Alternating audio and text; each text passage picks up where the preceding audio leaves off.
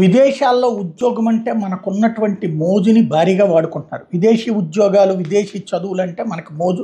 అవసరమైతే ఆస్తులు అమ్మేసి అప్పులు చేసైనా సరే పంపించేస్తున్నాం. అక్కడ డాలర్లలో డబ్బులు వచ్చేస్తాయి. మొన్ననే చెప్పుకున్నాం, రష్యాకి అట్లాగే వెళ్ళి వాళ్ళు ఏదో సైనిక సహాయకులని ఉద్యోగాల కోసం అని వెళ్ళి చివరికి సైన్యంలో పనిచేయాల్సి వచ్చి విలవిల్లాడినటువంటి.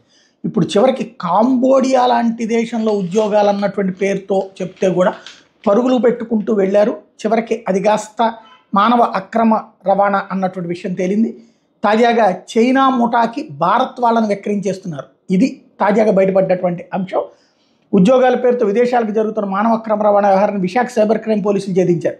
విదేశాల్లో డేటా ఎంట్రీ ఆపరేటర్ ఉద్యోగాలు ఆచూపి నిరుద్యోగుల్ని చైనా గ్యాంగ్ అమ్మేస్తున్న 3 ఏజెంట్లను శనివారం అరెస్ట్ చేశారు. దీని మీద విశాఖ పోలీస్ కమిషనర్ డాక్టర్ ఏ రవిశంకర్ మీడియాతో మాట్లాడారు. అక్కడ పనిచేసే చైనా ముఠా చెర నుంచి తప్పించుకుని నగరానికి చెందినటువంటి Botsa Shankar cyber help line 1930 నెంబర్కి ఫోన్ చేసి ఫిర్యాదు చేశారు. దీని మీద నగర పోలీస్ కమిషనర్ డాక్టర్ ఏ రవిశంకర్ ఆదేశాల మేరకు cyber crime inspector K Bhavani Prasad బృందం దర్యాప్తు చేసింది. అసలు విషయం ఏంటంటే రాజేష్ అనే ప్రధాన ఏజెంట్ చుక్కా రాజేష్తో పాటు అదే ప్రాంతానికి చెందిన సబ్ ఏజెంట్లు సబ్బవరపు కొండలరావు, మన్నేన జ్ఞానేశ్వరరావుని అదుపులో తీసుకుని విచారిస్తే అనేక వాస్తవాలు వెలుగులోకి వచ్చినాయి. గాజువాక్ ప్రాంతానికి చెందిన కన్సల్టెన్సీ ఏజెంట్ చుక్కా రాజేష్ నుంచి 2019 వరకు గల్ఫ్ దేశాల్లో ఫైర్ సేఫ్టీ అండ్ ప్రికాషన్ మేనేజర్గా పనిచేశాడు. ఆ తర్వాత విశాఖలోనే ఉంటూ గల్ఫ్ దేశాలకు ఫైర్ సేఫ్టీ ఉద్యోగాలు, మానవ వనరులు సరఫరా చేసేవాడు. 2023 మార్చిలో కాంబోడియా నుంచి సంతోష్ అనే వ్యక్తి ఫోన్ చేసి కాంబోడియాలో కంప్యూటర్ ఆపరేటర్గా పనిచేయడానికి 30 మందిని పంపాలని రాజేష్ని కోరాడు. ఆసక్తి చూపే వారి నుంచి ఫ్లైట్ టికెట్లు, వీసా ఇతర ఖర్చుల కోసం 1.5 లక్షల వంతులు తీసుకోవాలని, అందులో కొంత కమిషన్ ఇస్తామని ఆశ చూపెట్టాడు.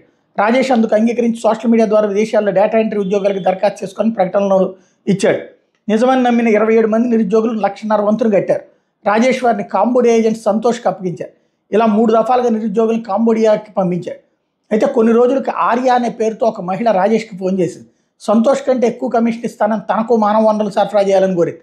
ఇలా రాజేష్ సంతోష్, ఆర్య, ఉమామహేష్, హలీబ్ అనే ఏజెంట్ల ద్వారా 150 మంది నిరుద్యోగులను కాంబోడియాకు పంపించాడు. అయితే అసలు విషయం ఏంటంటే ఒప్పందం తర్వాత వీళ్ళని కాంబోడియాలోని ముఠా చీకటి గదిలో బంధించింది. ఫెడెక్స్, టాస్క్ గేమ్స్ ట్రేడింగ్తో పాటు అనేక ఆన్లైన్ స్కాములు చేయాలని నిరుద్యోగులను బలవంతం చేసి ఈ స్కామ్స్ ఎలా చేయాలో వారం రోజుల పాటు శిక్షణ ఇచ్చింది. అక్రమాలకు పాల్పడబోమని మొండికేసిన వాళ్ళని తిండి పెట్టకుండా చిత్రహింసలకు గురి చేసింది. సైబర్ నేరాలు చేసిన వాళ్ళని వచ్చిన డబ్బులో 1% కమిషన్ ఇస్తూ 99% చైనా గ్యాంగ్ దోచుకునేది. అక్కడ ఉత్సాహంగా పనిచేసేందుకు అదే కాంపౌండ్లో పలు రకాల పబ్బు, క్యాసినో, గేమ్స్, మద్యం, జోదంతో పాటు వ్యభిచారం వంటి సదుపాయాలు కూడా ఈ ముఠా కల్పించింది. అక్కడ సంపాదించిన డబ్బు అక్కడే ఖర్చు చేసేలా చేసేది. చైనా ముఠా చెరలో సుమారు 5,000 మంది భారతీయులు ఉన్నట్టు పోలీసులు విచారణ తేలింది. ఒక్క ఆంధ్రప్రదేశ్ నుంచి 150 మంది చైనా గ్యాంగ్ ఆధీనంలో ఉన్నట్టు గుర్తించారు. బాధితులు ఎక్కువగా శ్రీకాకుళం, విశాఖ, రాజమండ్రి, అనంతపురాలతో పాటు తెలంగాణ, కోల్కతాకు చెందిన వాళ్ళు ఉన్నట్టు రవిశంకర్ ప్రకటించారు. ఈ నెట్వర్క్ వెనక ప్రధాన ముఠాను కనిపెట్టేందుకు లోతైన దర్యాప్తు చేపడుతున్నామని చెప్పారు. కాంబోడియాలో భారత ఎంబసీ దీని మీద సమాచారం అందిస్తామన్నారు. విశాఖ నుండి ఎవరైనా కాంబోడియాకి వెళ్ళి ఇబ్బందులు పడితే వెంటనే తమకు సమాచారం అందించాలని చెప్పారు. చివరికి ఎలాంటి పరిస్థితుల్లో చేరుతున్నామో చూడండి.